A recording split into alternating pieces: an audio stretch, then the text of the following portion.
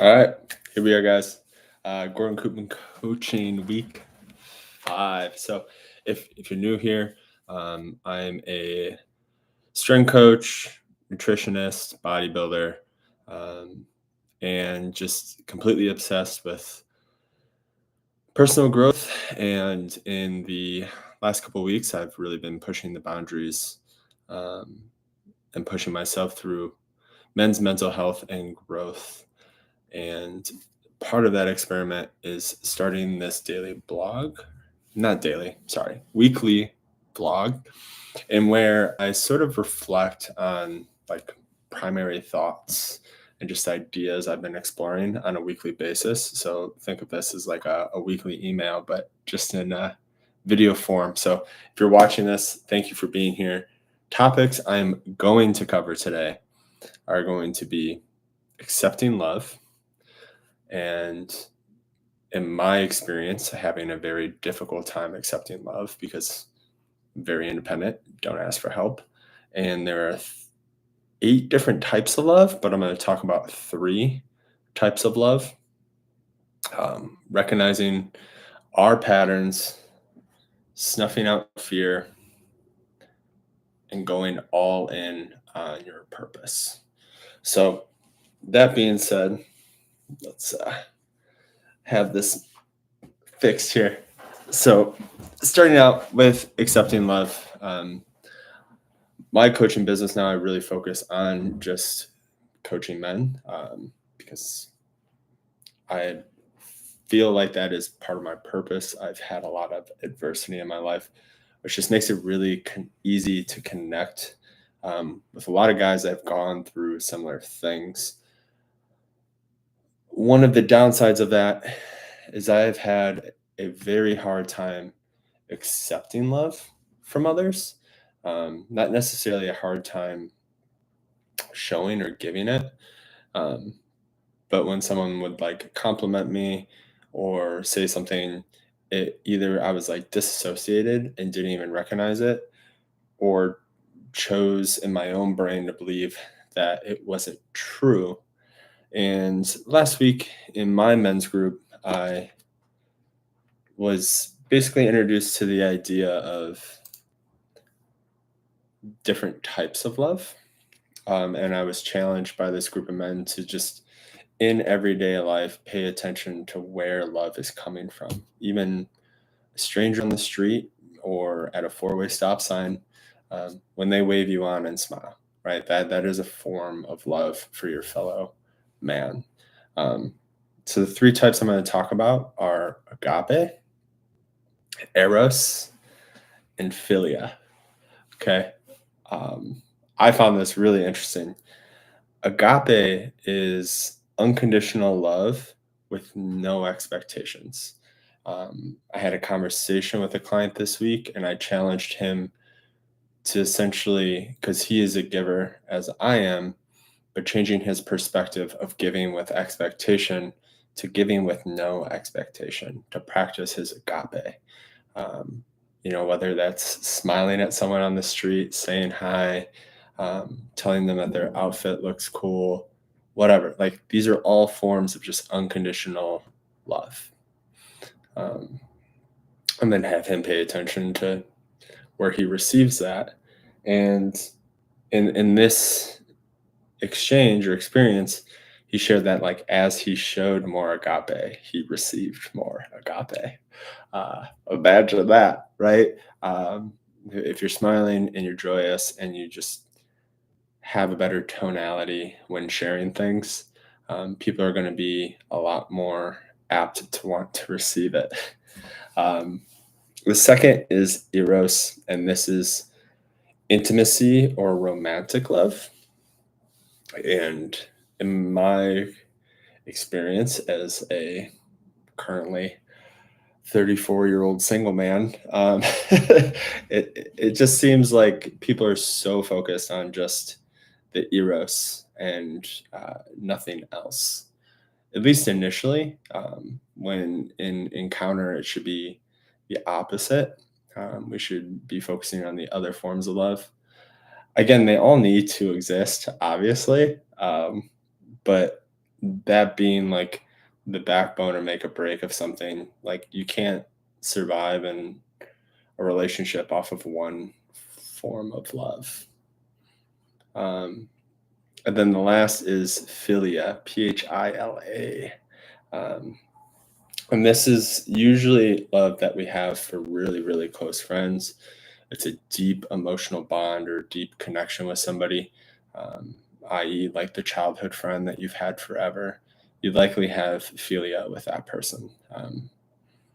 And with those people, like openly sharing that love, telling them you love them, um, it's the one resource that we can give abundantly, and it's not going to take anything away from us. If anything, it's going to help grow our experience and allow us to have or grow our spirit and just have a better experience while we're here. So if you're a guy who had a lot of adversity growing up and you have a hard time, or female, you could be watching this too. I don't want to single anyone out, um, but accepting love can be very difficult. And I would challenge you to practice that this week. If I've anything I said kind of like triggered that idea in your head.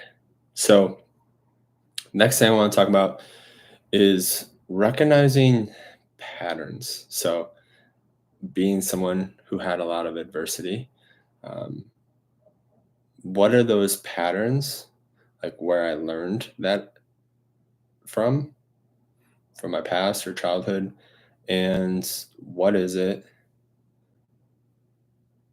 And once I recognize it, can I actively do it less? Can I actively get into that pattern less? Um, and for myself,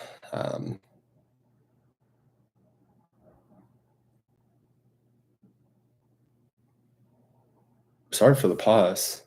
Um, I'm having a little fear right now on sharing this pattern with the world, but in the past, I guess, just I'm gonna say it. Absolutely gonna say it. Um, just recognizing how like my parents dealt with romantic relationships. Um, both have been divorced multiple times. They got married really young, and um, the relationships that they grew up experiencing, to my knowledge, um, kind of mirrored the actions that they also took. So I look back at that, recognize that as a pattern, and I experienced that same thing. So just doing some journaling and personal work, on listing those patterns out and doing my best to resolve them and not reenact those same patterns moving forward. Next will be going all in on purpose. So, me and my men's group, we are reading the book, The Way of the Superior Man. And one of the men in that group brought up this quote that no man is truly free to chase their purpose if they seek fulfillment from a female. Now, obviously, we all want a partner and we should all find that unity, right? But like purpose always needs to go, unless over the partner, because that is what's going to fill your spirit with joy and with light. And unless your purpose is your family, um, finding that purpose is going to be the one thing that you always have. And it's going to be what excites you to get out of bed in the morning, push forward, grow, and not get as roped in or sucked into drinking, eating, playing video games, scrolling on your phone to manage um, negative emotion. I don't want to say negative because I'm actually learning to enjoy negative emotions, but shame, guilt, embarrassment, like experience those things literally is like the catalyst for change because if it's like those that feeling is strong enough, which is why adversity is so important. It like it's like I don't want that to happen again. So let's change the story arc. Um, and once you have your purpose, and mine is spreading love, helping people grow, uh, live longer, be happier. So men's mental health, fitness, nutrition, those three things solve a lot of problems for people. And I've been focused on it for a really, really, really long time. So just getting better and better at that and continuing to share that gift with no fear. Um, and then last is snuffing out fear. This has been like a primary thought for me this week because I am currently starting the diet, but I've been preparing to compete in the Arnold at the amateur at the end of February. And I would love to get a pro card. And I think there are a few perspective shifts that are helping me deal with doing this. Okay. So, and this may have been a pattern as well. So instead of thinking of just the outcome, like wanting to win, um, I've also had the idea of, I love this and it's fun. So trying to shift more of my attention on the fun um, puts me in a better frame of mind to act and take action. Um, and the other thing with snuffing out fear is I have past experiences at like bigger competitions where obviously like the outcome didn't turn out how I wanted. And instead of telling yourself that that is what's going to happen again, like it's having the conversation with yourself that that's what happened in the past. So now how are we going to tackle this challenge a little bit differently moving into the future? Um, and a lot of times when that fear pops in, it really is temporary. I think it kind of weighed a little heavier yesterday and then like woke up today and I'm not even thinking about it.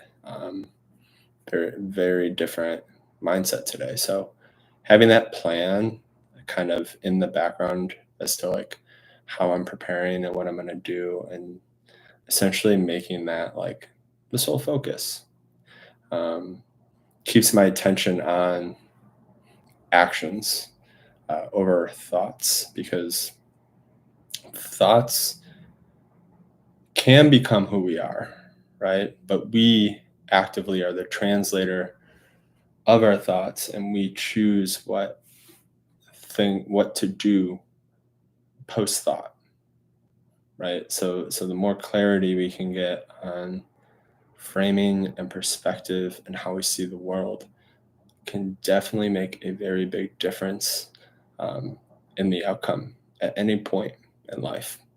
Um, and to my core, that is very much something that I believe. So I'm going to cut it there. Week 5 in the books. Thank you for watching to the end.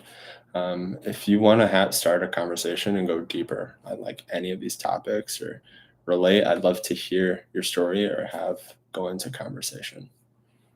Have a fantastic weekend. Peace.